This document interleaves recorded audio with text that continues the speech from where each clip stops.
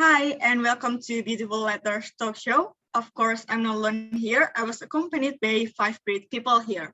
There are two students from Garuda High School who are active bloggers whose book reviews are critically acclaimed by prominent literati. They are Hikari and Andrian. Hi, Hikari and Andrian. Hello, Anggi. Hello, thank you for inviting us. Yes, and thank you too for coming to this talk show. Next, we have a popular eccentric figure whose poems have inspired millions of people, and she was included in Kala as the most influential persons of the century. Hello, Miss Ara. Hello, Angie. How are you? Oh, I'm great. Thank you for asking, and thank you for spending your precious time presenting on this talk show. The last guest star here is a handsome actor who starred in several movies adapted from literary works. The latest movies that they starred in was Laut Bercerita movies, adaptation from literary novels by Leila S. Kudori. Hi, Matthew and Faris.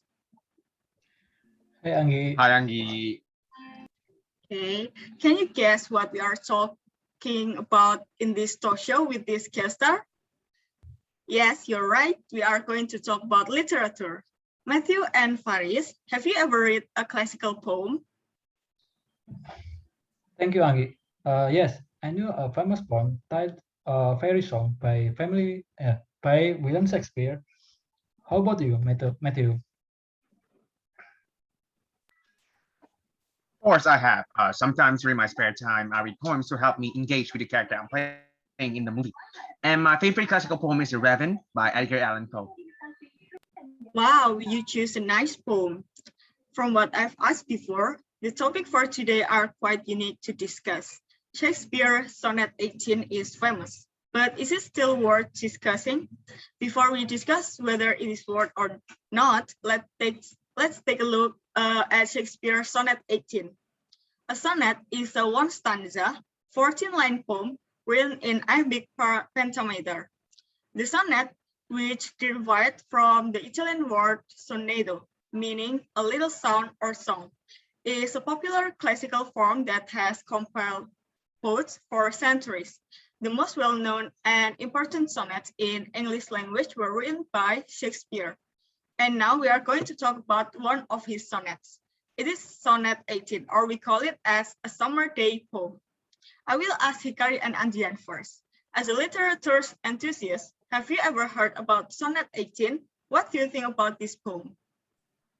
Thank you, Anggi. Sonnet 18, of course, it is arguably one of the most discussed works of literature to this date.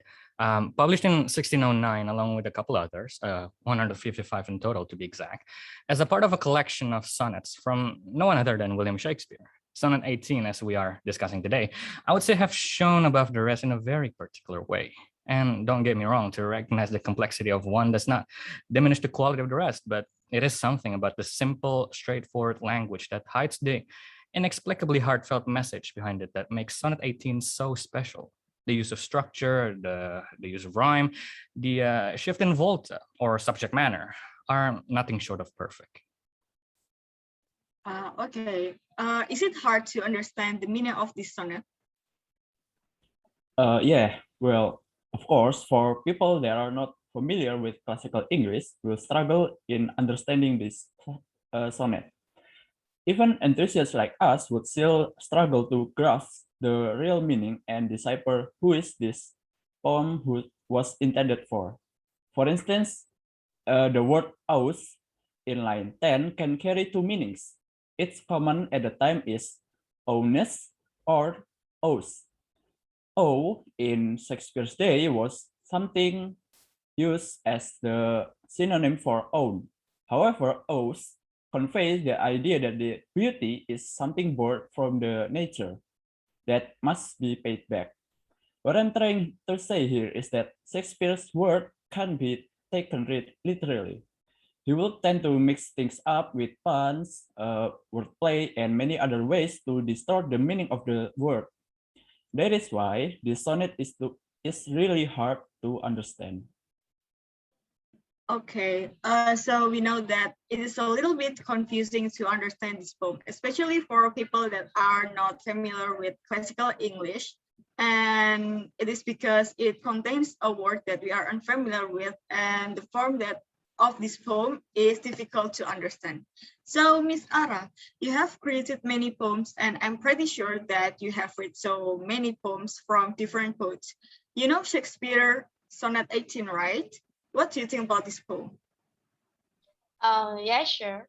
I think everyone will love poems nowadays sonnet because Shakespeare used sonnet 18 to praise his feel of beauty and describe all the ways in which their beauty is prevalent to a summer day. The stability of love and its power to immortalize someone is overarching theme of this poem. The poet begins with an opening question: Shall I compare the tea to a summer's day? And spends the rest of the poem answering that question. The poem is straightforward in language and intent. Several poetic devices enhance the poem meaning through the use of form, imagery, and figurative language to express how his beloved possesses an eternal beauty that far surpasses the brightness of that all too fleeting summer day. Shakespeare used these devices to also ensure the permanence of his poem, ensuring that is everlasting and never succumb to death like his beloved. Okay, I got your point. From what we have talked about, this poem is hard to understand. Is it still worth discussing? Yeah, sure. That's really hard to understand. And sure, the sonnet is still worth to discussing because Sonnet 18 contains the element of classic sonnet. I, as a poem lover, also really think about such detail in a series of words of love, whereas in hundreds of years ago, Shakespeare thought about this in detail in every line. He wrote his poem, but no one knows the exact meaning well because Shakespeare didn't explain in a book or trace of writing that we can use as a reference. Everyone has a different understanding from one writer to another. When we look for it on the website, there will always be different analyses, but still in one conclusion about his beloved person. Okay, and next, I will ask celebs and literature enthusiasts. Do you agree with Miss Ara? Is this poem still worth to discussing? I agree.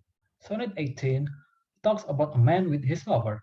Some classic poems or other poems also have this feeling, but I think Sonnet 18 is also best until present day because some people believe, including me, that poems are also language for lovers till now.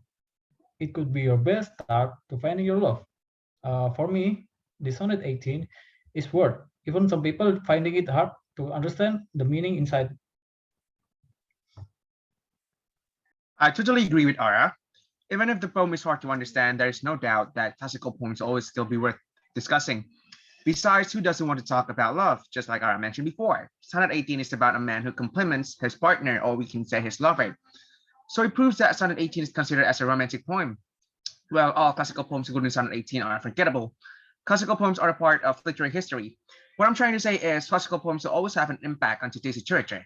Classical poems will still be needed until now for students, teachers, and anyone who wants to learn literature, including celebrities, to help them improve their acting skills. Not only that, classical poems can be useful for movie directors who need poems as their reference. So in my opinion, all classical poems will always be worth discussing. Yes, I agree with that.